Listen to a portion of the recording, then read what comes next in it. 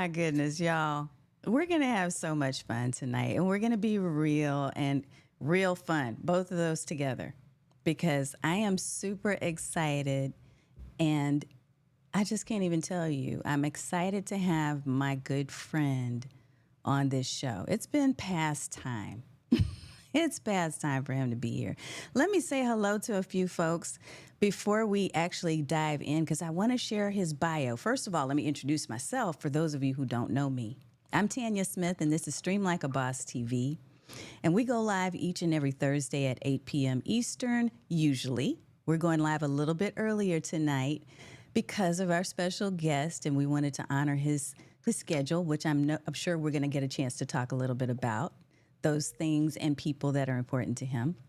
But our program is all about the idea of you taking live stream marketing and creating authentic conversations, which is the topic we're going to talk about tonight, so that you as a service provider can serve more people, stand out online, and sell more of your services. And so tonight's conversation is going to be a little different than any other conversation. Part of the reason is because this is the last season of our episode, or season 3. This is the last episode of season 3.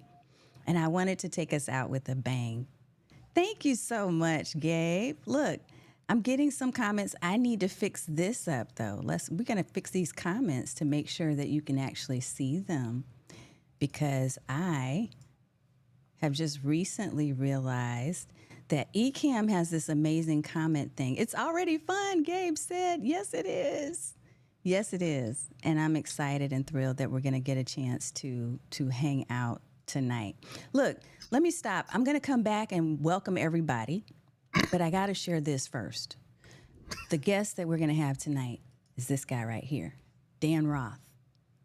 So I want to ask you this while we're talking tonight. If you've got questions, comments, pop them in the chat. How authentic are you really in your online conversations? Because I can tell you this guy is 100% authentic. And you're going to meet him on the other side of this short video. So grab your pen, your notepad, grab your favorite cup of hydration, whatever that might be. You saw Dan had his cup with the Ecamm on it. And we're going to meet him on the other side of this video. And I'm going to share some things from his bio, but then we want him to introduce himself, because no one can introduce Dan like Dan can. So we'll be right back.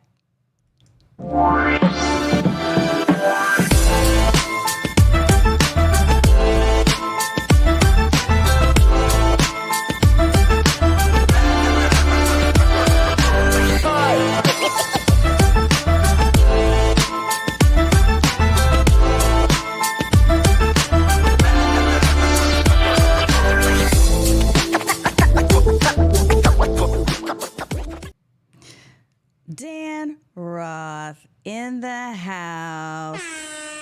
What's up, sir? How you doing? It is, I mean, I'm still getting over Gabe, or should I say Mario.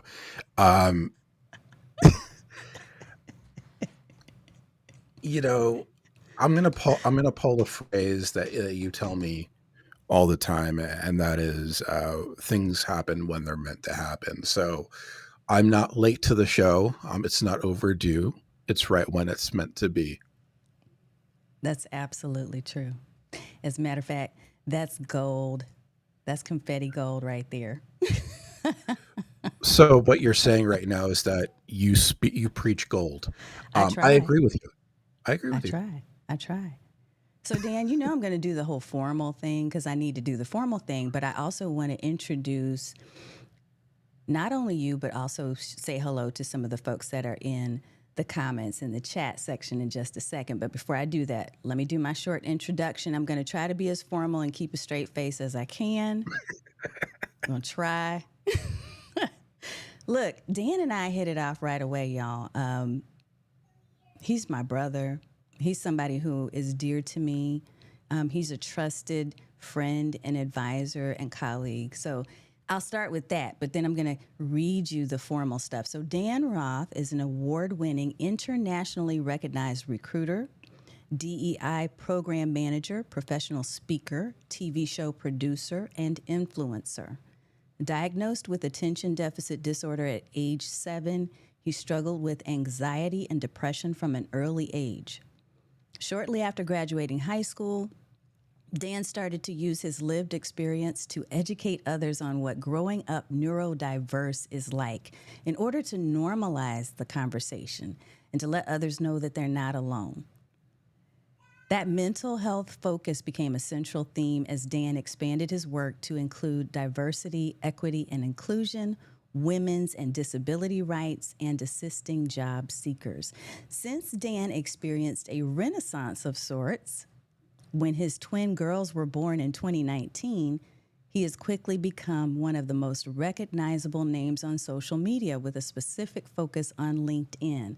Like he's a beast on LinkedIn. When I tell y'all, Dan knows everybody there is to know.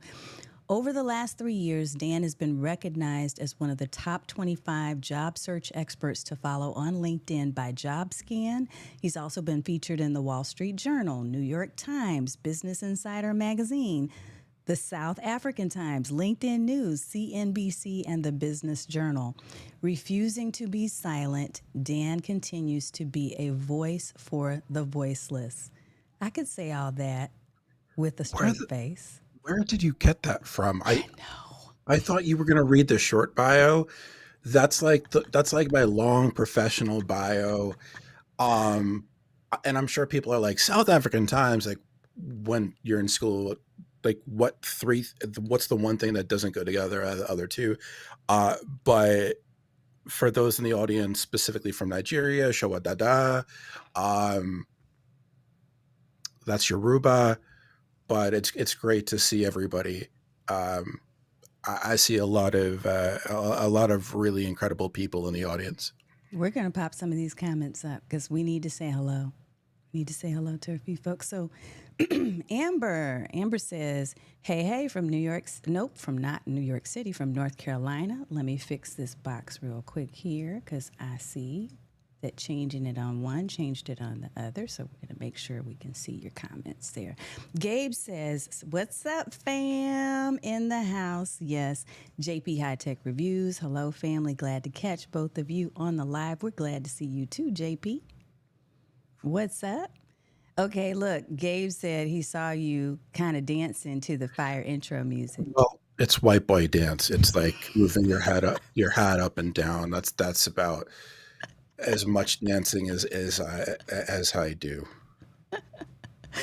I love it. Gabe said it's already fun. David Kennedy said it sounds like Club Tanya. Yes, that's what it was. That's what we do. Thank you, thank you, thank you. I love it. Wait, this is you. Gabe's picture straight out of the 1990s Mario Brothers movie. Hot mess.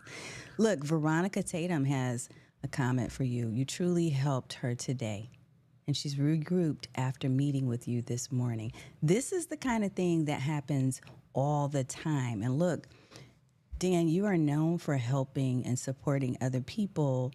And I want to support you tonight and just really shine a spotlight on who you are, what you do. But also, we got to tie this thing back to video, which I know we can geek out on some video stuff. So I Mhm. want you to share some gear. We're going to get into that. But I do have a couple of questions for you first. Is there something that is not in your bio that you feel the people need to know about Dan Roth? First, it's an honor to be here. You're one of the few people in the world that puts me. No, come back, come back. You're one of the few people in the world that puts me completely at ease. Um, I've had to get used to having a big presence over the last couple of years, but because of that, there's not a lot of what I would consider safe spaces for me, um, where I could sort of let my non-existent hair down. Um, so you are that place for me, and it means the world to be here. And I also have to say hi to JP, who I wouldn't have got to know without you, and I'll be on his show in a couple weeks. Sweet. Um, you ask a great question. I also think you know that you asked a hard question for me because even though I have had to kind of push the entrepreneurial pedal, That doesn't mean that I'm comfortable talking about everything I do, everything I've done. Um, like even now, trying to get over that hump of saying, okay, it's okay to talk about these things Yeah. is difficult for me. But, some of the things I'm most proud of, I don't talk about. Like the fact that I was able to help, um, no, come back. I'm here to be on your show with you. Um, This is your the, time. the You fact that speak, man. Speak. We love the, you. the I'm fact here. that I've done two keynotes for students in Nigeria, that I helped raise over $7,000 for a young lady whose goal it was to build a career accelerator classroom outside of Lagos. I don't talk about how I used influencer marketing to fund blood transfers for children in Africa and Europe with sickle cell anemia through my friend's nonprofit, Crescent Kids. She actually just, Vanessa Ulam, she just did a TEDx for the first time. I don't talk about these things because honestly, I never did them for anybody else. And quite frankly, as somebody that, and there's a whole controversy over whether if you appear white, you are white, or whether you are what your origin is. I'm Middle Eastern, but I show white. So if I start talking about some of this stuff, I also have to be cognizant of the fact that some people may think I'm trying to be a white savior, which I'm not. So there's a lot to it. But if you're asking me what things are not on my resume that I'm most proud of, that's where I'll go every time. I love it, Dan.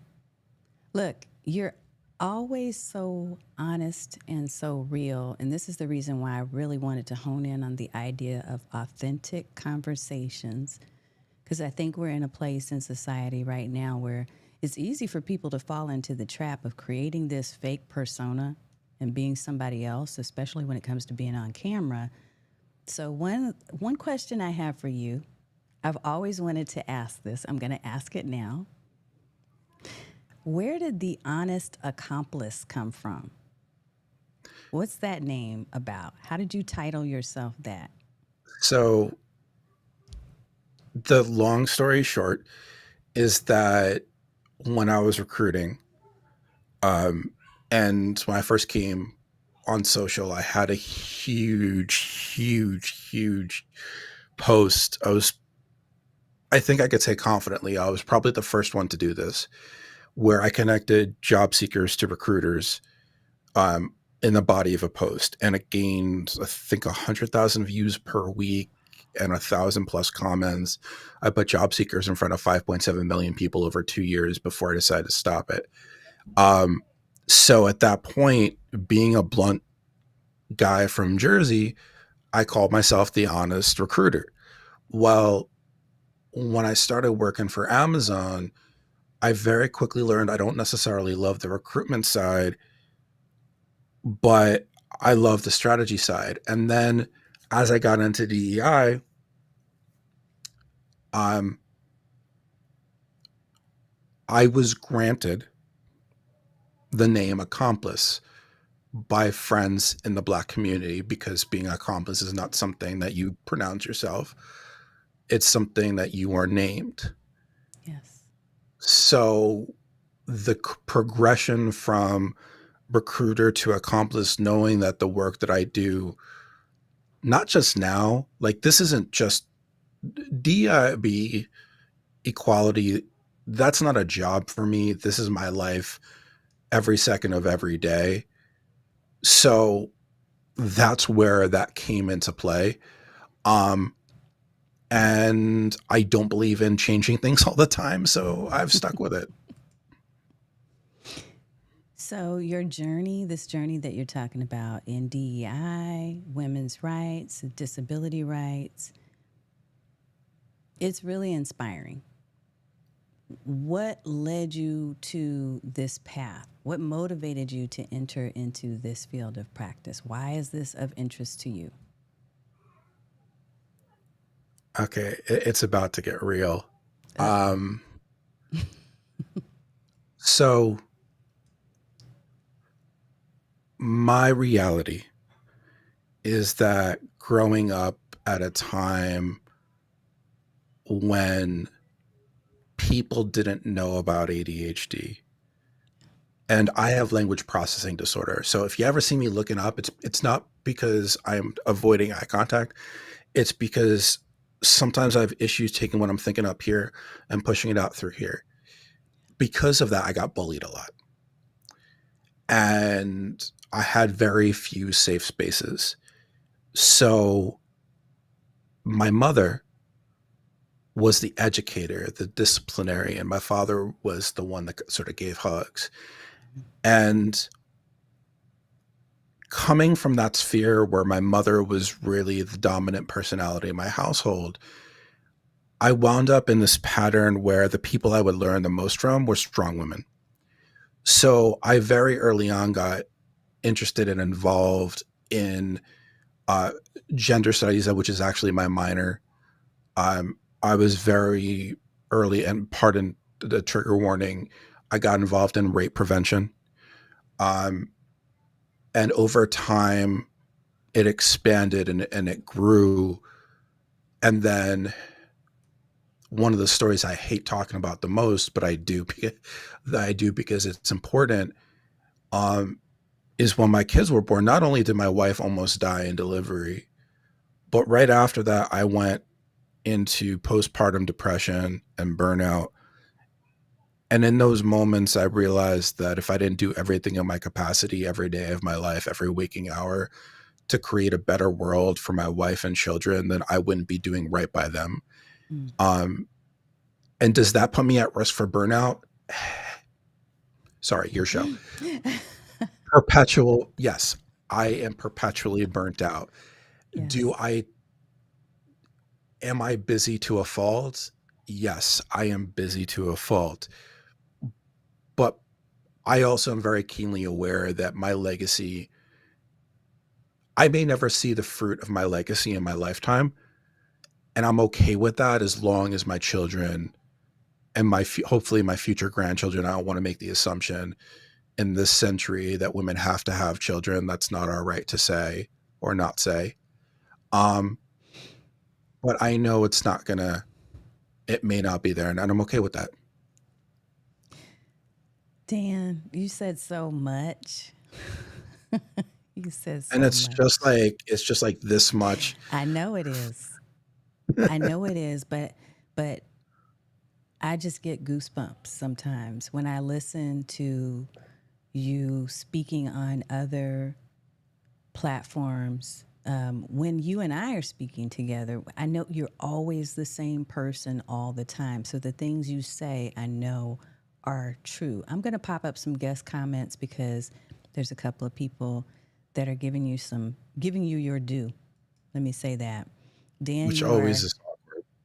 it's awkward. It may be awkward, but look, I believe whenever someone pops up in my mind or I think of them, that means it's time for me to reach out. That means it's time for me to acknowledge that they exist and that I'm happy that they're here.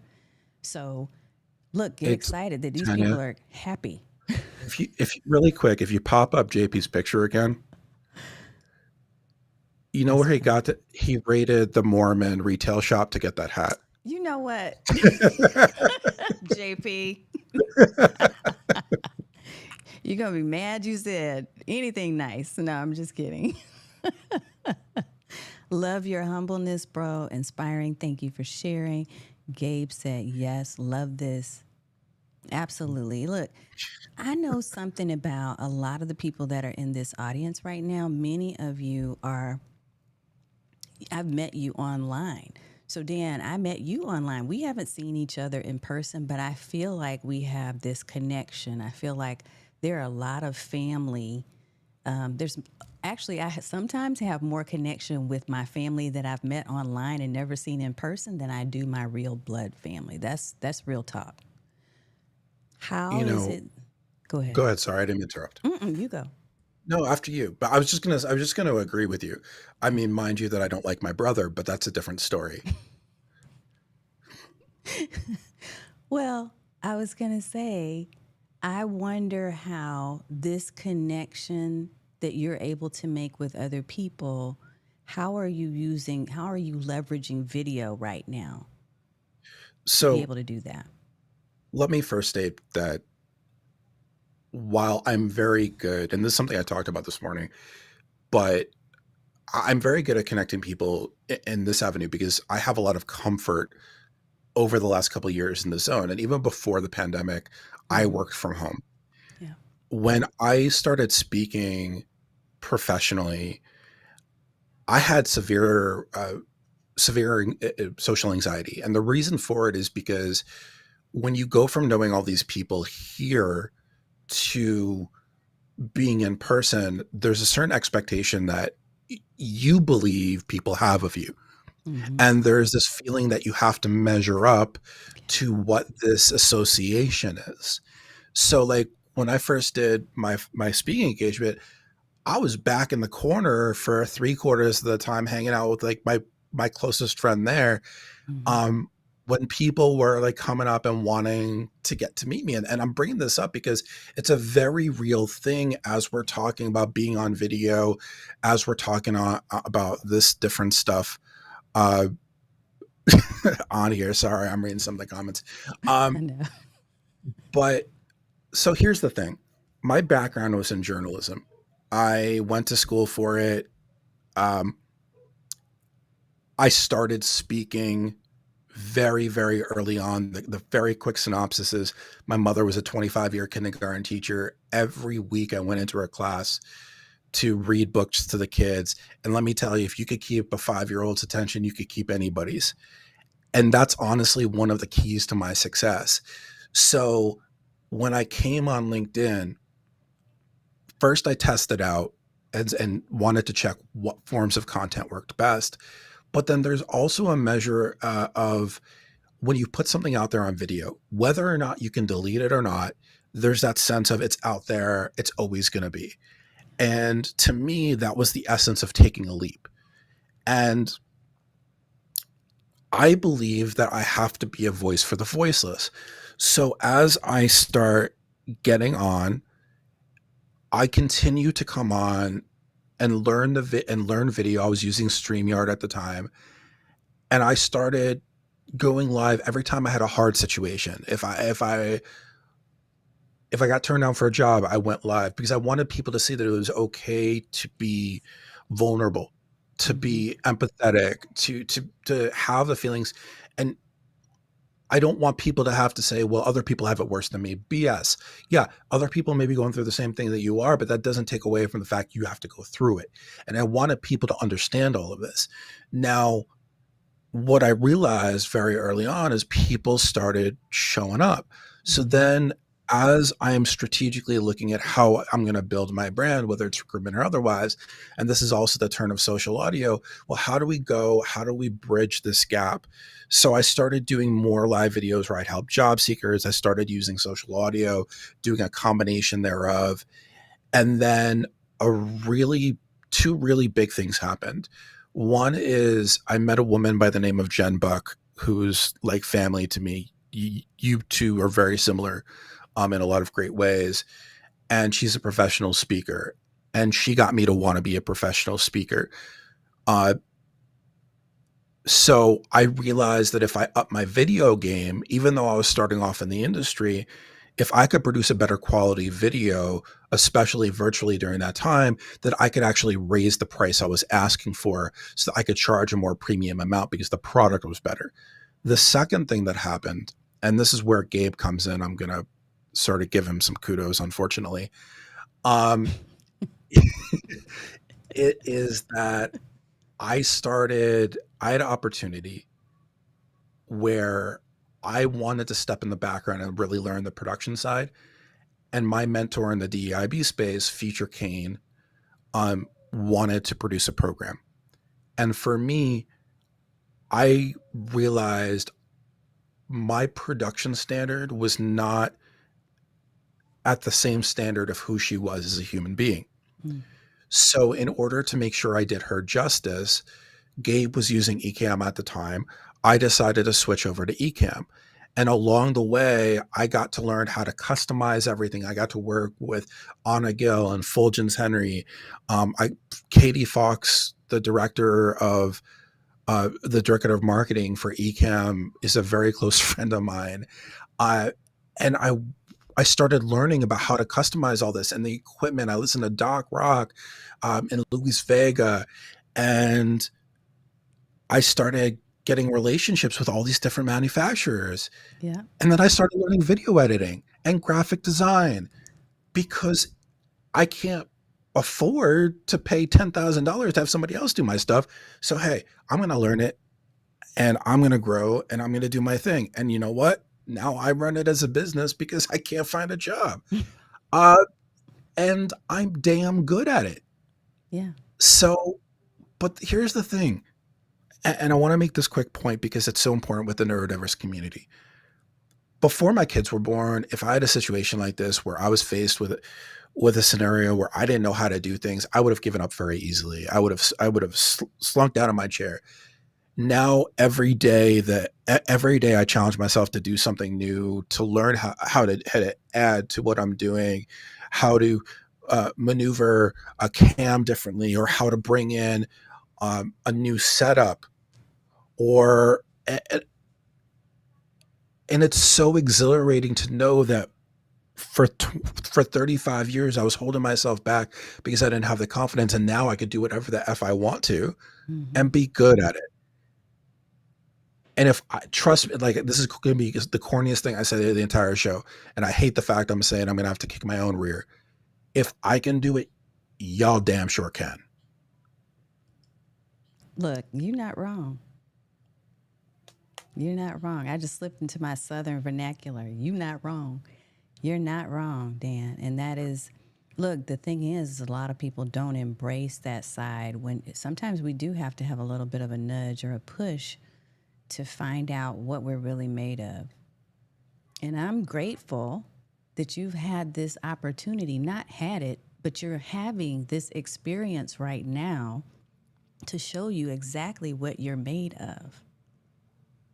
I know you're saying you don't have a job, but guess what? Your job is doing exactly what you're doing in this moment. You're showing up, you're being real, you're letting people know that they're not alone. And I'm just going to tell you how much I appreciate that. And I bet you there's a lot of people here that appreciate that too. I'm seeing some comments that I'm going to have to pop up. Yeah, what's up, Yvette? She said, "What's up?" Hey, Um, Yvette. Yvette was saying yes to everything you were saying.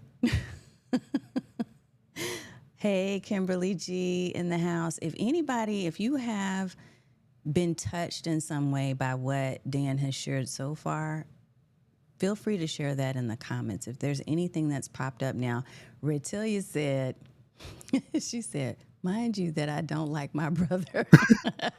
That's a whole nother story. But the closest thing I have to a male brother that I like is Gabe. Um, and I hope my family ain't watching this right now, but it shouldn't come as a shock. Gabe is good people. He's good here's people. here's my problem with Gabe. Every time I go on Gabe's show, it's like I'm hanging out with college buddies, and I don't have control over the things that are coming out of my mouth. What? Like, oh, because here's the thing, I'm serious. I talk about some serious. Yeah, you do. And so when I go onto other people's lives, and you've experienced this, like, I start riffing and trying to get reactions out of Yes, you do. people. And God love him, but Paul Duncan may be the only person on earth that can moderate me adequately outside of my wife. Um, but like, I got suspended from LinkedIn for calling myself during a live where I was the guest on Gabe's What? show.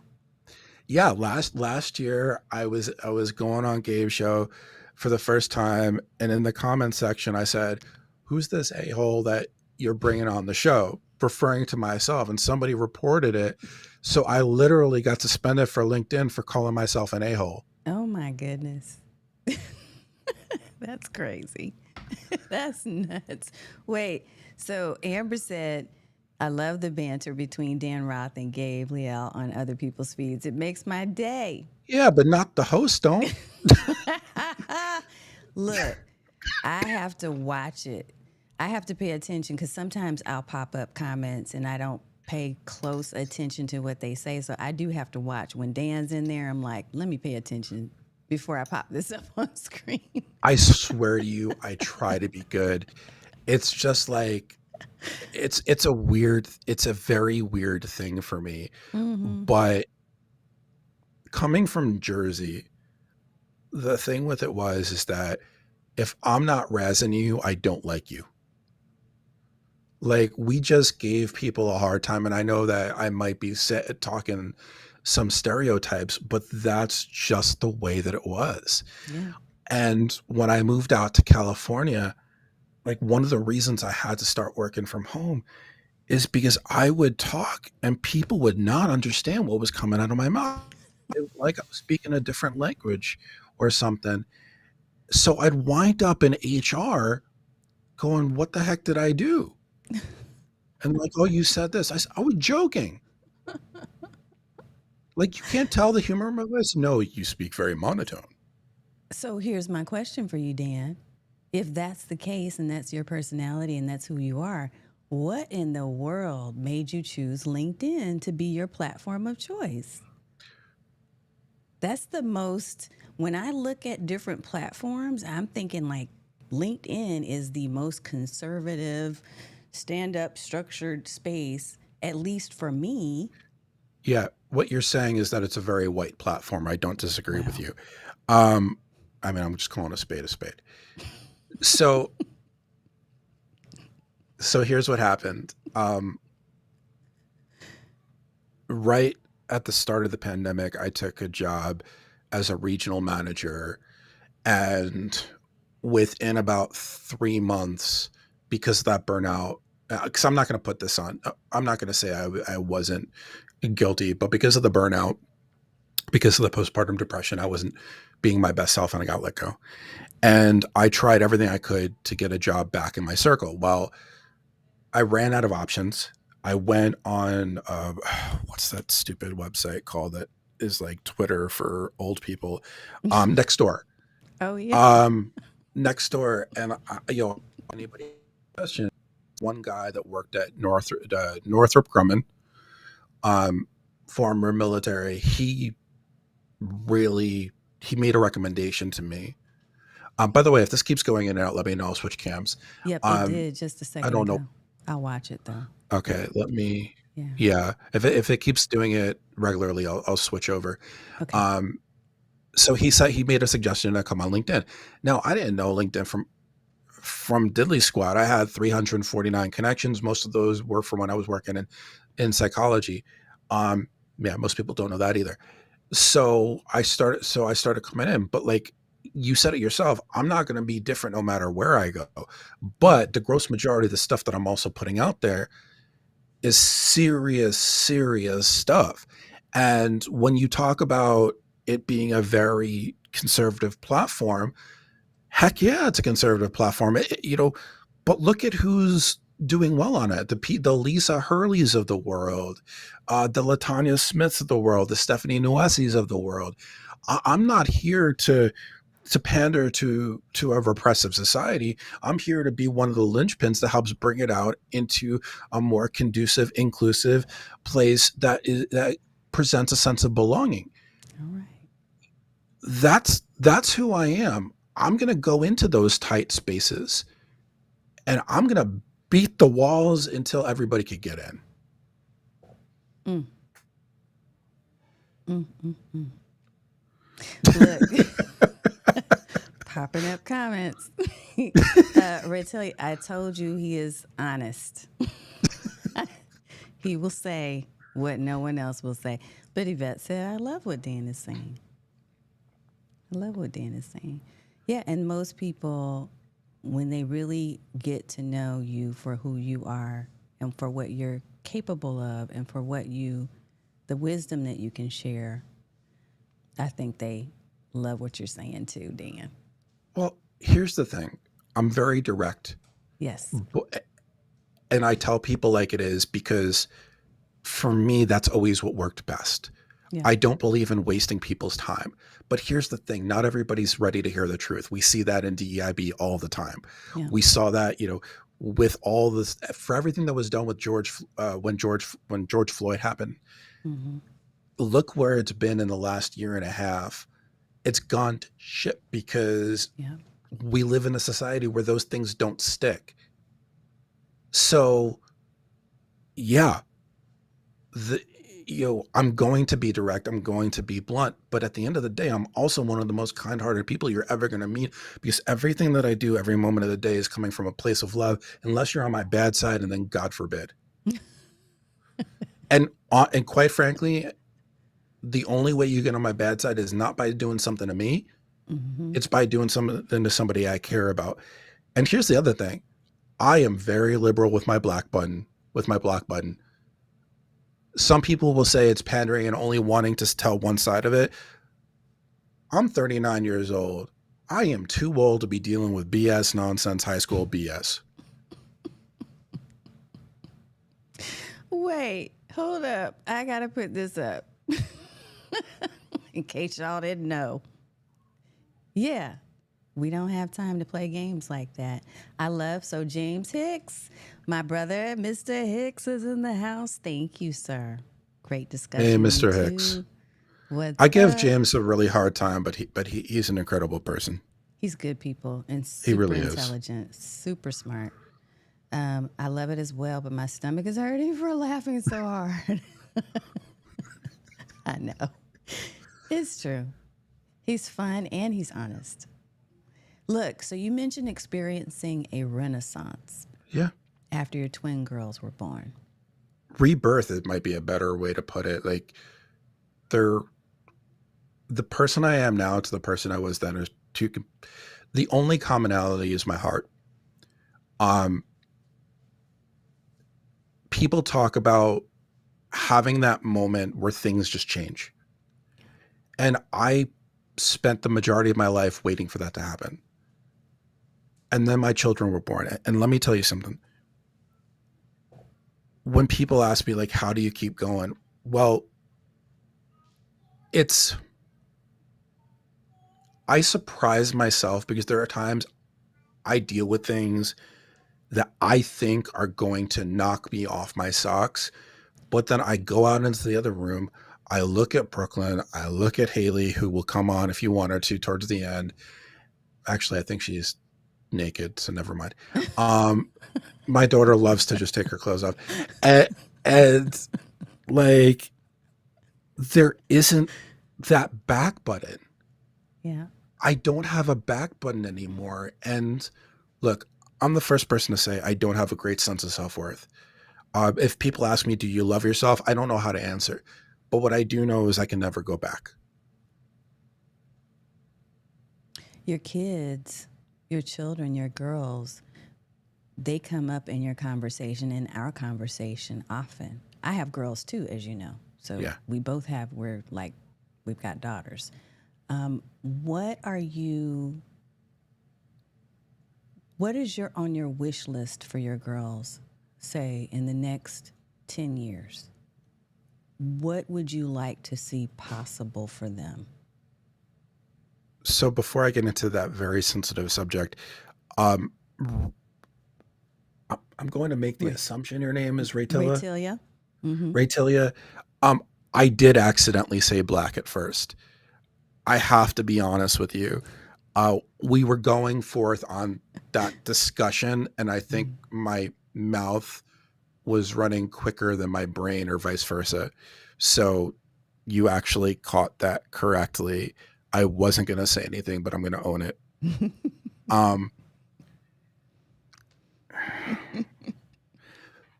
so here's the thing. Not only am I ADHD parent, I'm an autism dad.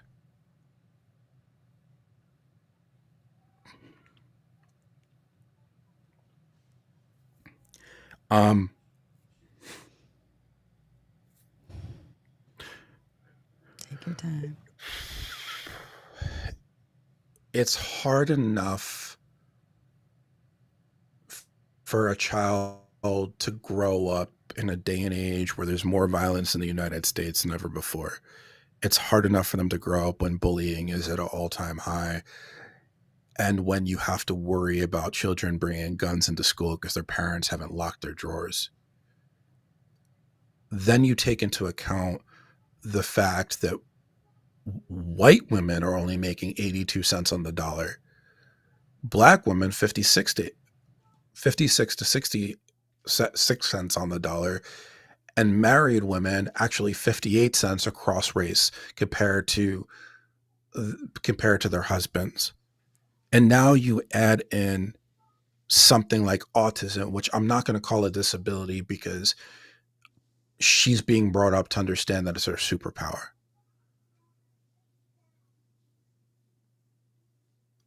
You want to know what I want in the next 10 years? I want people to get their heads out of their tails and to start looking at people as individuals and not by the color of their skin or their gender or their religion or what clothes they wear. I Mm. want that for humanity because it in the United States has been 450 years too long. Mm. And I know you're tired of it. And I'm damn sure tired of it. Oh my goodness. You're not supposed to be making me tear up in here, Dan. But you're right. You're not wrong. And it's a conversation I have to have with my baby girls all the time. All the time. So I have empathy for you, for our children, for our next generation, girl, boy, other. I have empathy right now and I have sympathy as well because I'm not sure what they're going to face and what they're going to be up against. Veronica said, "Yeah, girl, I'm trying not to." Yeah, Tanya, yeah.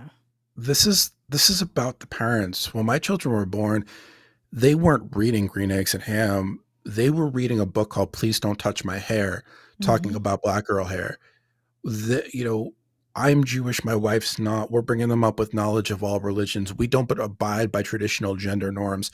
I'm the one that does the laundry. I'm the one that cleans the house. I was the one that covered for the kids for the Yeah. first 2.5 years of their life. My wife cooks, but that's because I suck at it. Like, my point in saying this is that we can't count on the American education system because they're not teaching the right stuff. They're teaching whitewashed history. So the only thing that we can do to really bridge the gap is by being better parents and teaching it at home so that they can then go into school and say, well, no, this is the truth of it. Yeah. And my child will go in and when they're learning history and they're learning about stuff, well, what about drowned towns? Mm-hmm. What about Black Wall Street? Well, Isn't we're in a yeah, stage right now where that's something that there are active efforts in place to try to hide and put that away. And one of the things I had a conversation with, and I know we weren't going down this path, y'all, but since we're here, one of the conversations I had to have with my children is, you know what your grandmother and your great grandmother shared. That wasn't a lie. What you're seeing right now is a lie. We know what's real and what's fake. We're having to live it. We don't have the luxury of being able to just put our skin aside.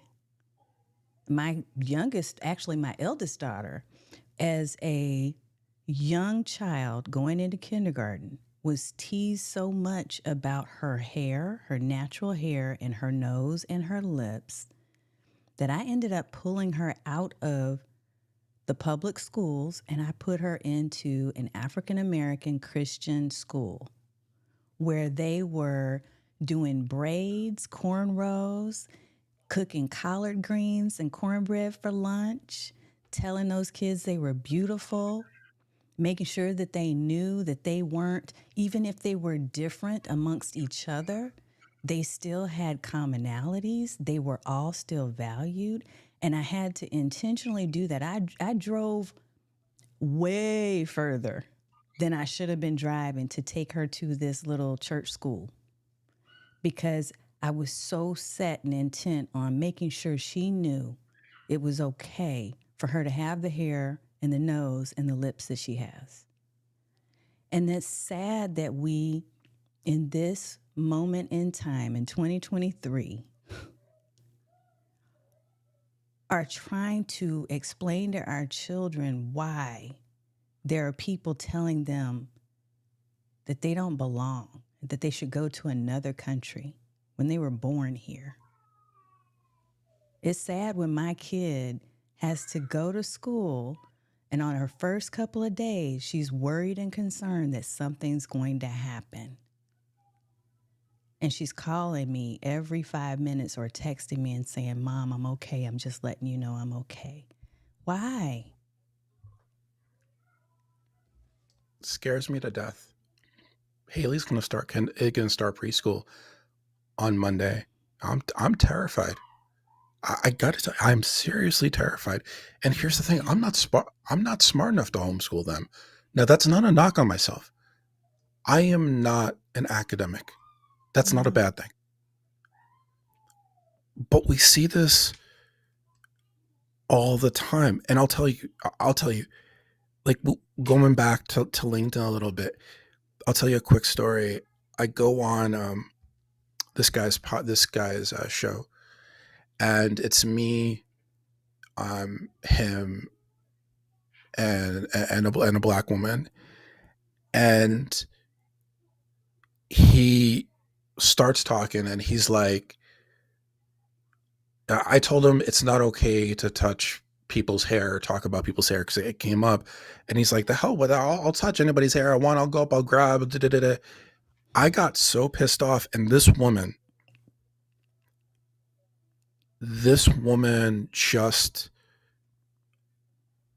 had the most uncomfortable laugh I've ever heard. It's the only time in over 350 podcasts I've shut my computer down, closed it up, and said, no, this ain't happening, not here, not now. And it goes beyond that.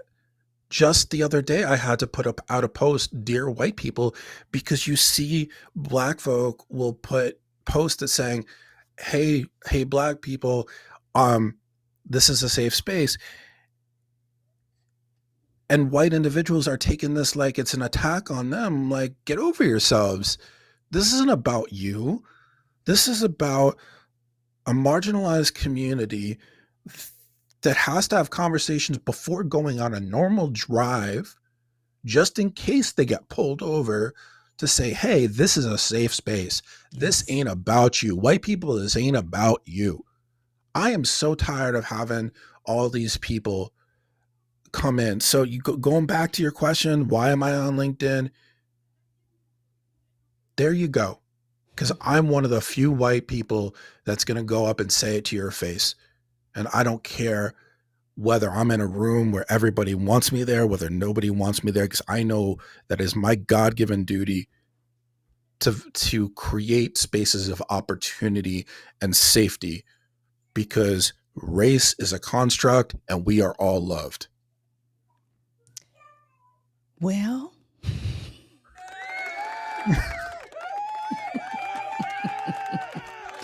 let me tell you, um, I just appreciate you saying that. And we're going to take it into a lighter mode. Please. Because if we don't, I'm going to need some wine. Yep, exactly. Me too. Thankfully, my bar is right there. And I need to get you off of this show on time so you can pay attention to your Oh, I'm good. babies. I'm good. It feels like we've been talking a lot longer than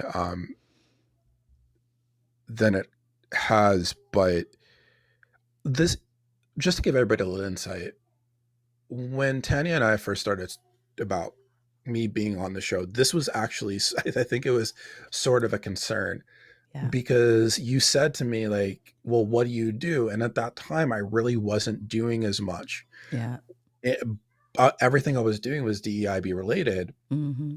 But now that we're in this place that, I mean, I've run 30 plus diversity events. I've gone through diversity to belonging facilitation training. Um, Full disclosure, I didn't try for the certification. I could have, but that's a different story.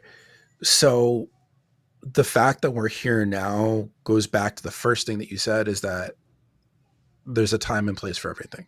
Yep. Um, and this seems to be the place and time for this conversation to be needed. But yeah, let's go into lighter topics. Otherwise, I'm going to finish off all 15 bottles of wine I have tonight. Look, we did have this conversation. I'm just going to finish off that particular. Yeah. I'm going to wrap that up with a bow and say we did talk about it because I have a lot of people, just for context, that asked to be on this show. And there's a lot of people that I would love to have on the show, but I learned a while back when I was interviewing everyone that it was hard to theme and make connection points to the content that I share with those guest interviews if they were all over the place. So I love now to be intentional and on purpose about the themes.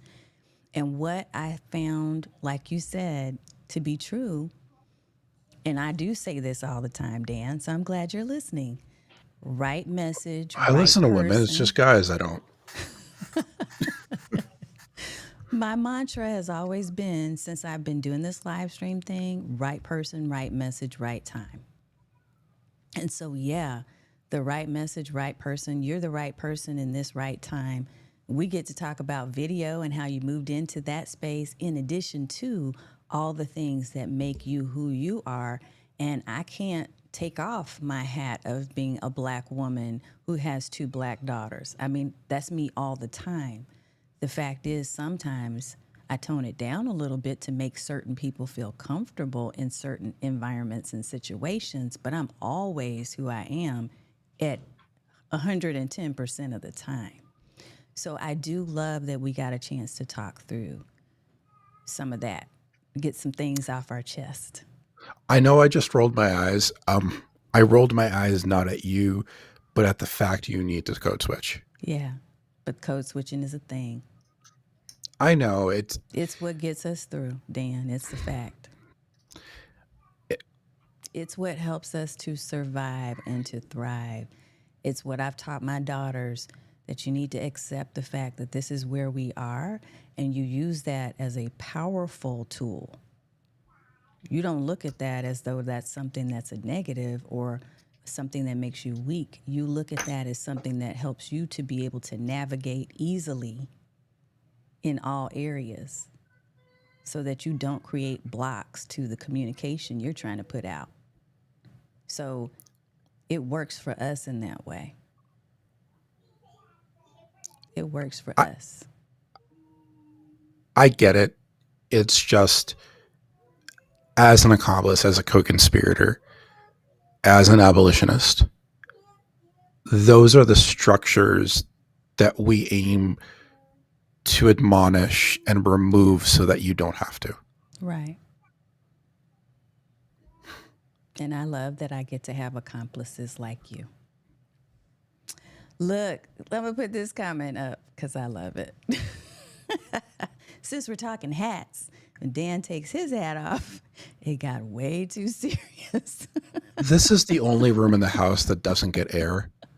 And like, this is a double thick shirt because, let's have an awkward conversation. When you get older, your things show through your shirt, so you need that double thickness so they don't. So I am hot as hell in here. Plus, I've got four different lights coming on me. Um, yeah, But the like, haircut is tight, though. well, so I don't know if we talked about this, but I have a family member who's 12 years old that's fighting cancer. Mm, Um, I shaved my head fully about 2 weeks ago to stand in solidarity with her. mm, Um, Apparently, my hair grows back pretty quick. So, but that's why. And also during the pandemic, like you start looking at things like where can you save. Now I understand not everybody can save, but like haircut for me was that was just a simple thing. Mm-hmm. Gabe said, "Yeah, those lights do get hot." Yeah, well, Gabe's been overheated ever since he met Yvette. Hot Come mess. here. Come here. All right, I'm going to ask you two more questions. Hey, Pumpkin. Come here, Brookie. Oh, Hey, this is Brooklyn. What's up, girl? How you this is my doing? this is my one with them. Yeah, Say hi. yeah. She's my pride and joy. She's a daddy's girl Yes. Hey, through and Daddy's through. girl. That's Brooklyn. Oh, there's the other one in the back. Hello, hello, hello. Did you wait? Did Yes. oh Yes. shoot? Okay. It's all good. Oh It my it God. might be Hey. time to wrap. Well, we got time for two more questions. Okay. Hey, Haley. We're not Ah, this is only well, now fans, we'll so take a please. commercial break. Um, Brooklyn, I'm just finishing up. Can you go to mommy? Can you go to mommy? Oh, Brooklyn, can you hey, go to babies. mommy? Oh no no no Amber, no no no no no right, no no no no Amber? A no streaker. no no no She was go go like, go "Hey, wait, whoa, whoa, no whoa, whoa. Let me put it no on stay mute real stay quick. out stay out. We're gonna let She isn't Dan crying. take She care isn't of crying. things for a second. No. She Y'all, I isn't hope crying. you've enjoyed the show. We have. It is real. So she's not crying for me. She's crying because the Halloween candy's in the drawer right over here. Oh, Um, Gabe said this is real entertainment. Gabe, I don't know whether that to take that as you being a creep or not. Um, Did you all right, see let's. Amber said she's a streaker? It's real. It is Okay, real. let me do this because I'm gonna make her happy for a second. Okay, please give her some Hey, Brooklyn, Halloween Brooklyn, candy, here. please. JP, Brooklyn, they have, boy. do you It's want your been chocolate? Brooklyn, look, chocolate. Come here, come get it. Kimberly Come. G. You're right. All kinds of stuff on this live. Look, when I tell you we're gonna get everything, you got everything. Oh crap! Okay, yeah, I. Oh jeez, and I just in all that I spilled my water. Uh Um, oh. okay, let's actually I have a towel right here, so It that was works. awesome, Amber. Oh my Look, God. Gabe, you're right. I am ending. I said I Be- wanted to end this season with a bang. So here we are. so because you're religious, I'm not going to make a bad joke. Um, but let's just be thankful I'm the only father here. Um, You know you're wrong for that. oh, I'm horribly wrong, but Horribly, the horribly. Motion Picture Academy says I'm right. Um, Oh, okay, let's run through the last two bless him. questions We're going to get through these last two questions without any, without nudity or any father jokes. nudity. Otherwise, I'm going to have to put a rating on this video. Okay, so here's my last two questions. Look, we said we were moving to a lighter subject. Brooklyn Yeah, and Haley helped us to do that. they're honestly not used to me being so like five. So right now I live on the West Coast, as you know, and Hmm. 5 to 7 o'clock when they go to bed is family time, which is why I That's was so right. grateful that you moved the show for me. Okay, let's run. Let's do this. Okay, we're going to run it. We're going to get these last two. In fact, I'm just going to do a last one No, do two. question. We're good. We're good. Seriously. Okay. Look, if Brooklyn and Haley tell me no, I'm just saying. All If right, Haley so comes back in naked, then we got a problem. they both, yeah. That girl is going to go to bed early. Okay, so I'm going to give you my most important question first. You've Okay. built a compelling studio for your live streams. Uh huh. You've really like done it Yeah. up. And it seems like in a short amount of time to me, because you know it's taken me a while to add on and add on and add on and put things together, but you just put this thing together. So, any technical tips for people who are looking to set up their own streaming space? Like, what are considerations? So, kind of tying this in with kids, once you start getting a little bit experienced, you realize what you do and what you don't need. Um, in full disclosure, I probably have a $10,000 studio. I've probably paid 500 total because with my uh, with the platform that I've built, I've looked for different opportunities, whether it's Logi, whether it's connecting with Elgato, who I work with a bit, whether it's Loom Cube, who have have two of my favorite lights. The bulk majority of the stuff I've gotten through that, and some of the things that people don't realize is that you could, with a lot of these companies, they're more apt to trade than they are to give a stipends. So it's about figuring out what you do and what you don't need. Like I don't need 7 microphones. I've had this same one, this quad, this Hyper X since I got started. It's a $129 microphone. Now, do I want a Shure? Absolutely. In terms of lighting, I got my 2 Loom Cube. I've got an overhead key light. Because I have this cam, which is instead of an overhead cam, this is attached to my mic arm so that I could give more of a dynamic picture. I have this light over here that's going straight towards my Here, you want me to widen keyboard. the screen? So there's a lot that you can get, but how much do you need? In my opinion, There you go. Cal Digit. You need a Cal Digit. You need a hub for all of your devices that are going in. Mm-hmm. You need a decent microphone. These headphones that I'm using were like $12 and they were recommended by Doc Rock. So you sort of you could go in a lot of different directions, but you really don't need anything major to start. I would say the white person in me says you could probably get away with like a $500 setup. The normal person in me says you could probably do a $300 setup and be fine. So but like this swing arm, this arm right here, I couldn't do without this. You're making a lot of noise. So there's a lot of things I like, but like if I showed you my chair over here, I've got probably different wires. I've got my wavelength. I have so much stuff that I'm just not using. I agree. You can go with the basics and have a really nice setup. Okay. And you have a great store. If you go and you check out Tanya's store, which should be in the description, you're going to see all the stuff that Tanya has. If you're interested in all the stuff I have, you could feel free to reach out to me.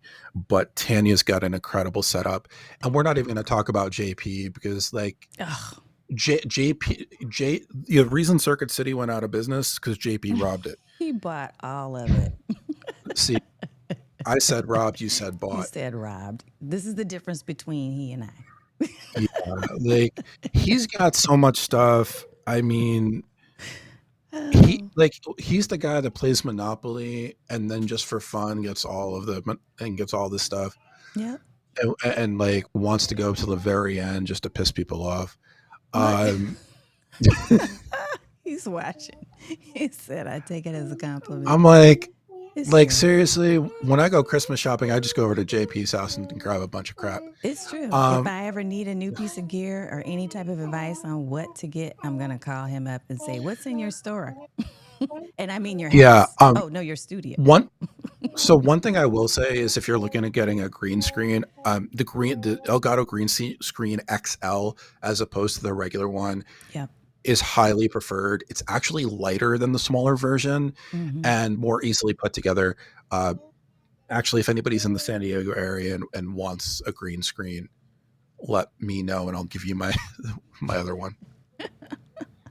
Okay, so he's giving away green screens, y'all. If you're in the San Diego area, JP said, "Come on over and get some of his stuff." But I don't know. He didn't mean that. He doesn't mean. He didn't. Because like I would go to town on that. Like like you don't.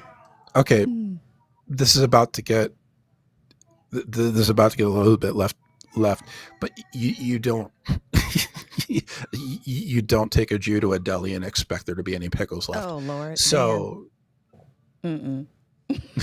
Mm-mm. so And on that note, so what's the last question? on that note, that was the last question, sir. No, I'll be okay. I'll be appropriate. Yeah. Are you ever? I think you are sometimes. You know what happens? Like being real, when something like happens, like with my kids, I'm Mm-hmm. so hyper focused that once I get thrown off, it's hard for me to sit back in the chair. Yeah. Yeah. Oh, Gabe said he's coming to your house to get the green screen. So there you go. That's coming. Well, hey Gabe, we're not going to be serving corn. That's an inside joke. Apologies. Uh Um, yeah. So, but first of all, Gabe has to get permission because he needs to get his spine out of a vet's purse. So oh.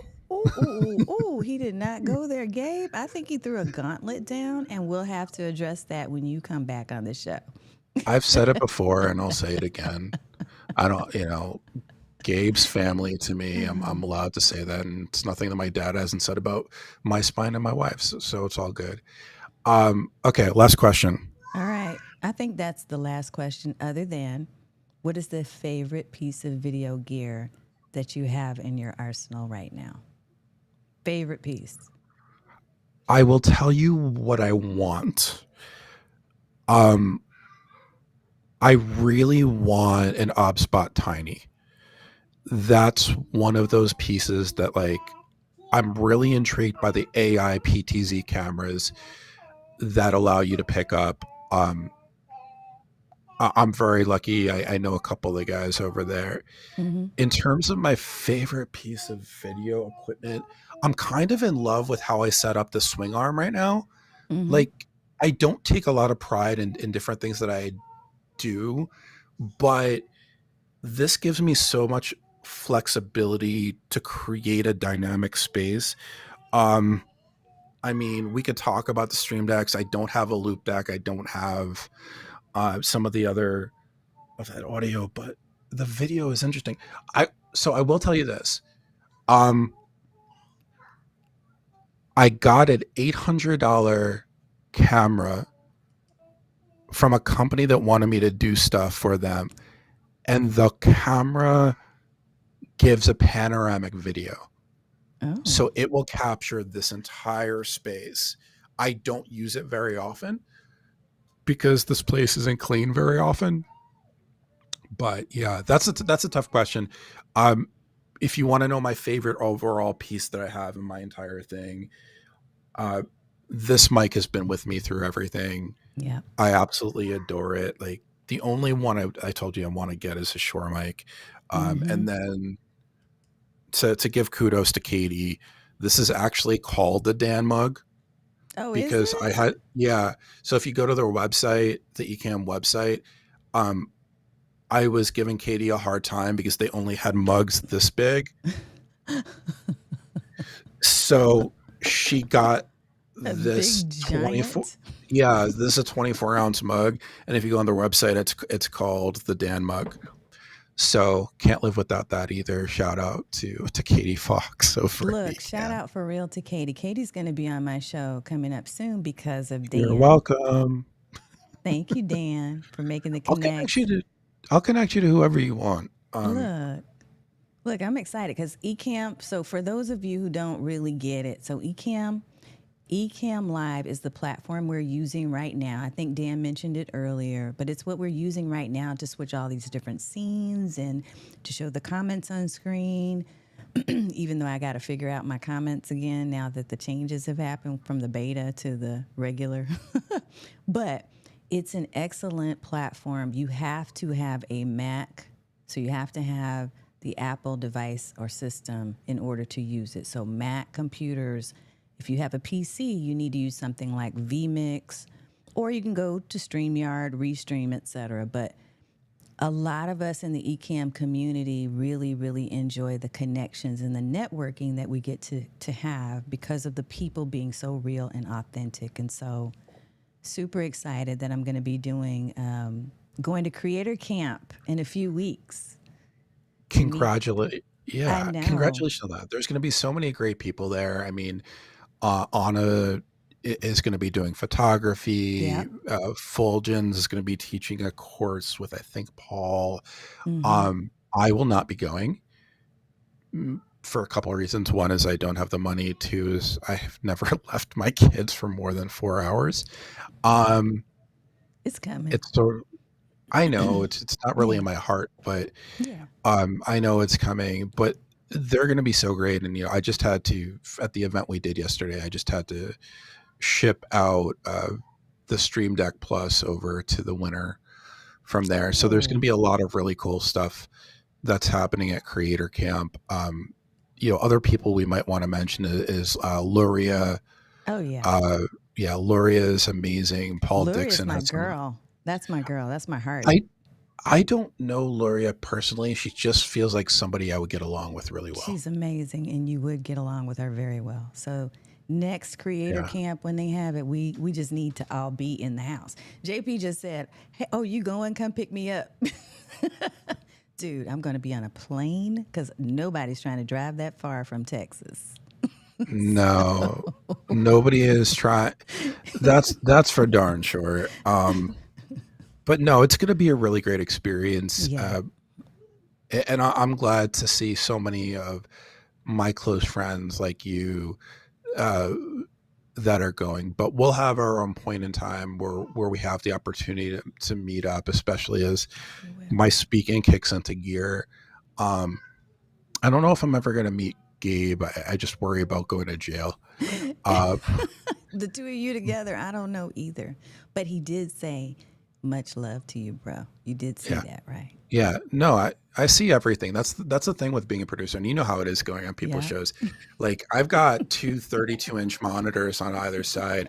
I'm sitting here, like no matter if I'm a guest or hosting, I'm looking at both. I'm looking at all the monitors, checking stuff. That's what we do. Is this right? Is this framed right? Mm-hmm. Um, yeah, and then I just want to.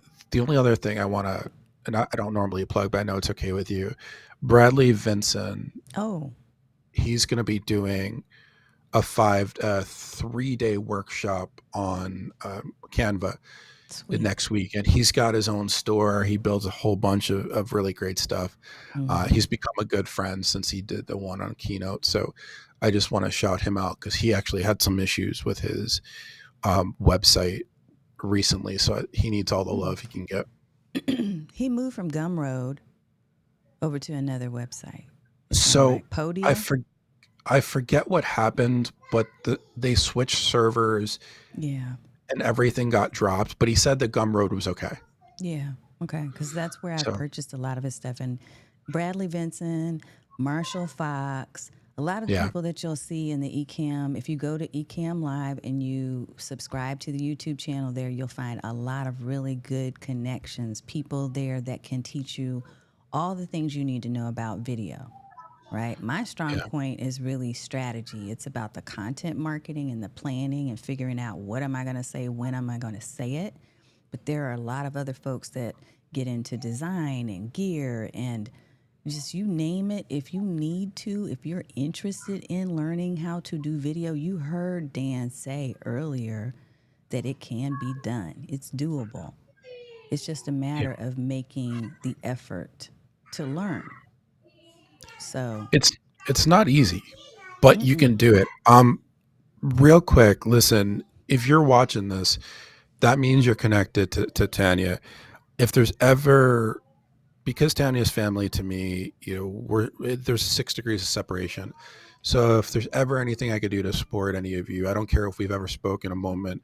If you know Tanya, you're good with me. Feel free to reach out, and I'll do what I can.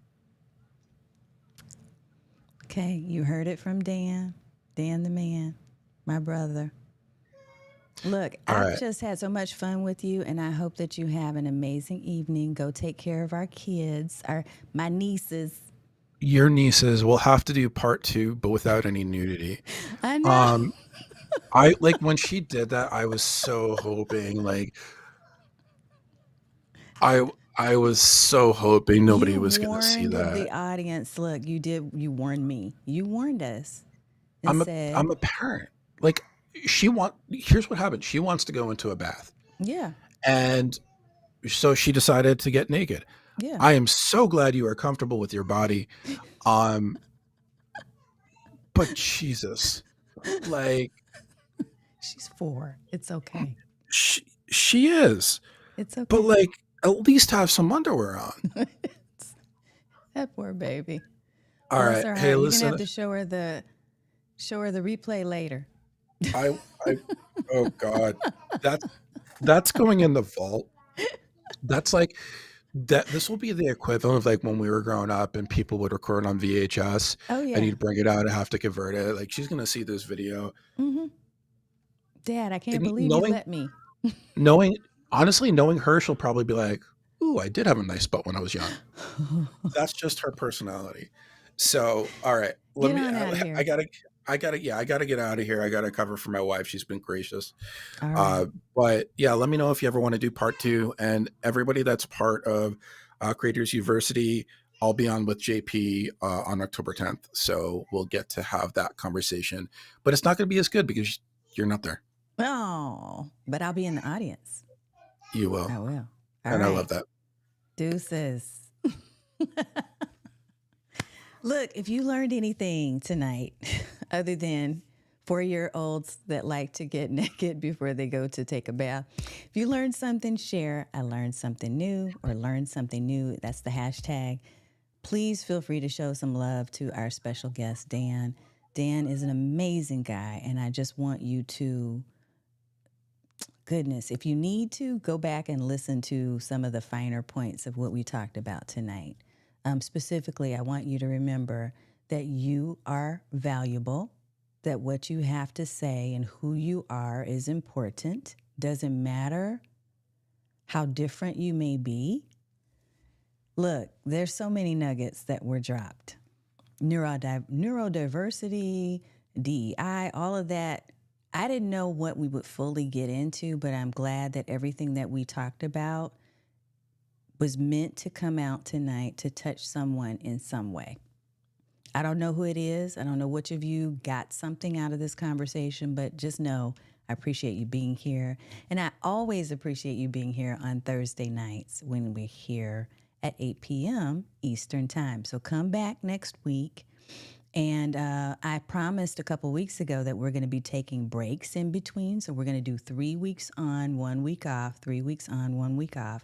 But I'll always try my best to put a show in place if I'm not live. So more to come. More to come. We're starting our season 4 very soon, and I'm really excited to be focusing in on folks who are side hustling. So if you're a course creator, if you're a coach, if you're a consultant, if you're doing a business that's on the side and you have a full-time something, then I want to dedicate an entire season to you. So it doesn't mean that all we're going to have on our show will be people that have side hustles, but it means that I want to provide you and equip you with the resources to help you to really fully own that business of yours, no matter whether you keep it as a side gig or eventually want to make it full time. So that's going to be our focus. And I'm really thrilled about the guests that we already have coming aboard.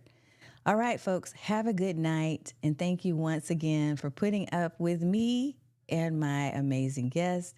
And reach out to us if you have questions, if you have kudos, or you just want to say a few words.